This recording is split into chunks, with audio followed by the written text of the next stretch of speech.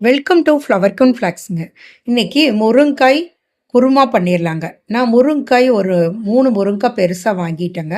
அதுக்கு தேவையானதெல்லாம் 10 வெங்காயம், 4 தக்காளி, 3 டீஸ்பூன் பொட்டுக்கடலை, சாம்பார் தூள் 2 டீஸ்பூனு எல்லாம் போட்டு சோம்பு 1/2 ஸ்பூன் போட்டுங்க அரைச்சிட்டு வந்துடலாங்க. இதுக்கு தேவையான தேங்காயும் போட்டு இது கொஞ்சம் ஓட விட்டு அதுக்கப்புறம் தேங்காய் போட்டு அரைச்சிக்கலாங்க.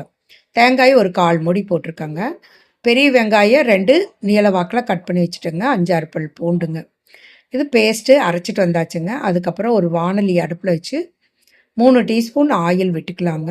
வானலி சூடானோன்னு அதுலேயே 1/2 டீஸ்பூன் சோம்பு தாளிக்கும் போது கடுகு 1/2 ஸ்பூன் உளுந்து பருப்பு, கசகசா எல்லாமே போட்டு நல்லா பொன்னிறத்தில் எல்லாமே வணங்கட்டுங்க.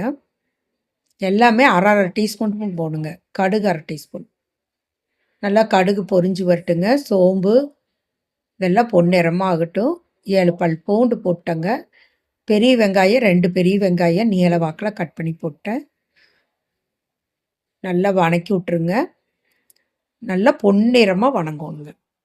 முருங்காயிலங்க என்ன சத்துக்கள் அப்படின்னு நம்ம பார்த்தோம்னா, இந்த குருமாவில் நார்ச்சத்து, புரதம், இரும்பு மற்றும் வைட்டமின்கள் நிறைந்த ஒரு ஆரோக்கியமான உணவு. இது உயர் ரத்த அழுத்தத்தை கட்டுப்படுத்தவும், நரம்பு தளர்ச்சியை நீக்கவும், நோய் எதிர்ப்பு சக்தியை அதிகரிக்கவும் உதவுகிறது. இது இட்லி, தோசை, சப்பாத்தி, சாப்பாடு எல்லாத்துக்குமே சிறந்த சுவையான சைடஸ் ஆகும். வெங்காயம் நல்லா வணங்கின பிறகு முருங்காயை போட்டுக்கலாங்க. அதில் உப்பு 1 ஸ்பூன் போட்டுக்கலாம். நீங்கள் எந்த அளவுக்கு முருங்காய் நான் நல்லா 3 முருங்காய் போட்டிருக்கேங்க. 1 டீஸ்பூன் மஞ்சத்தூள் போட்டு நல்லா கலக்கி விட்டு 1 சொம்பு தண்ணி ஊற்றிடலாங்க. நல்லா காய் வேகட்டுங்க. இதில் உள்ள ஊட்டச்சத்து, இரும்பு சத்து, சுண்ணாம்பு சத்து, கால்சியம் மற்றும் நார்ச்சத்து அதிக அளவில் இந்த முருங்காயில் உள்ளதுங்க. சித்த மருத்துவ பரிந்துரைப்படி உயர் ரத்த அழுத்தத்தை குறைக்க உதவுகிறது முருங்காய். நரம்பு தளர்ச்சி மற்றும் உடல் சோர்வை நீக்கி புத்துணர்ச்சி அளிக்கிறது. செரிமானத்துக்கு உதவுகிறது மற்றும் ஆரோக்கியமான உடலுக்கு நன்மை பயக்கும். சுவை தேங்காய், கசகசா, பெருஞ்சீரகம் அரைத்து சேர்ப்பதால் இது தனித்துவமான சுவையுடன் சப்பாத்தி மற்றும் சாதத்திற்கும் ஏற்றதுங்க. ரத்த அழுத்தம் ஏற்கனவே குறைவாக உள்ளவர்கள் முருங்காய் அளவோடு உட்கொள்வது நல்லது. நம்ம அரைச்சிட்டு வந்த பேஸ்ட்டை முருங்காய் நல்லா வெந்த வரகு அந்த பேஸ்ட்டை போட்டிருக்குங்க. கசகசா, சோம்பு எல்லாமே அதில் போட்டிருக்குதுங்க. வெங்காயம், தக்காளி, பொட்டுக்கடலை தாங்க மெயின். தேங்காய் எல்லாம் போட்டு அரைச்சிருக்குங்க. போட்டு 1 டம்ளர் தண்ணி ஊற்றி நல்லா கலக்கிட்டுருங்க. காய் வெந்த பிறகு தான் இது போடணும். ஏன்னா பொட்டுக்கடலை போட்டிருக்கறனால அடி பிடிச்சிருங்க. கலக்கிட்டே இருக்கணுங்க. நல்லா ஒரு 10 நிமிஷம் இப்படி கலக்கி விட்டே இருங்க. ஆல்ரெடி காய் வெந்திருக்கிறனால உங்களுக்கு குருமா நல்லா ஒரு 2 கொதி வந்ததுனாலே போதுங்க. உப்பு பத்தலைன்னா உப்பு கொஞ்சம் போட்டுக்கலாங்க. நான் அரைக்கும் போதே 2 டீஸ்பூனு சாம்பார் தூளும் போட்டு அரைச்சிடுவேங்க. இந்த ஸ்டைலில் பண்ணி பாருங்கள். குருமா அட்டகாசமாக இருக்குது. முருங்காய் குருமா எப்பவுமே இந்த ஸ்டைலில் தான் பண்ணணும். சுவையும் மனமும் அப்படியே தூக்கலாக இருக்குங்க. நல்லா கொதி வந்த பிறகு கொத்தமல்லி தழை இருந்ததுன்னா தூவி இறக்கிங்க. இன்றைக்கி எங்கள் வீட்டில் கொத்தமல்லி தழை இல்லை, அதனால் அப்படியே விட்டாச்சு. குருமாவுக்கு கொத்தமல்லி தழை போடணுன்ட்டு இல்லைங்க, இப்படியே செஞ்சுக்கலாங்க. அவ்வளோதான். குருமா நல்லா தலை புலான்னு கொதிச்சு வந்துடுச்சுங்க. அடி பிடிக்காமல் இருக்கிறதுக்கு பொட்டுக்கடலை போட்டாலே உங்களுக்கு அடி பிடிக்குங்க. அடி பிடிக்காமல் இருக்கிறதுக்கு இப்படி கலக்கி விட்டே இருக்கணும். முருங்காய்க்கெல்லாம் நம்ம பட்டை போட வேண்டியது இல்லைங்க.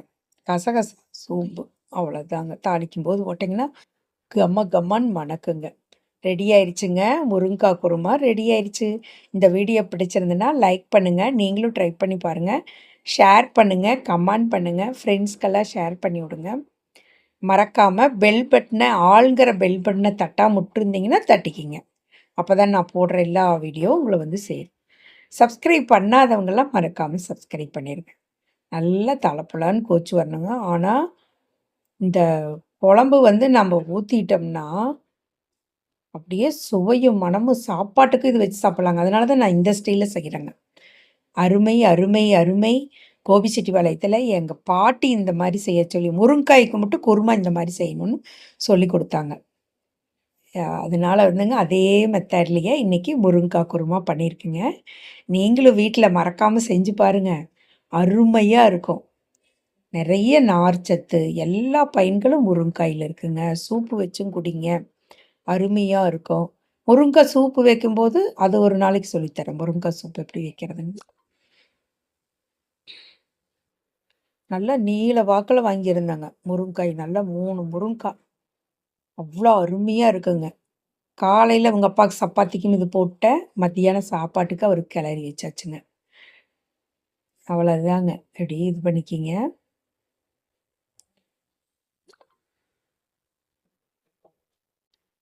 அவ்வளோதாங்க. ரெடி ஆயிடுச்சு. அடுப்ப ஆஃப் பண்ணிட்டு 10 நிமிஷம் அடுப்புலயே விட்டிங்கன்னா, மூடி வச்சிரலாங்க. Bye friends. வாழ்க வளமுடன்.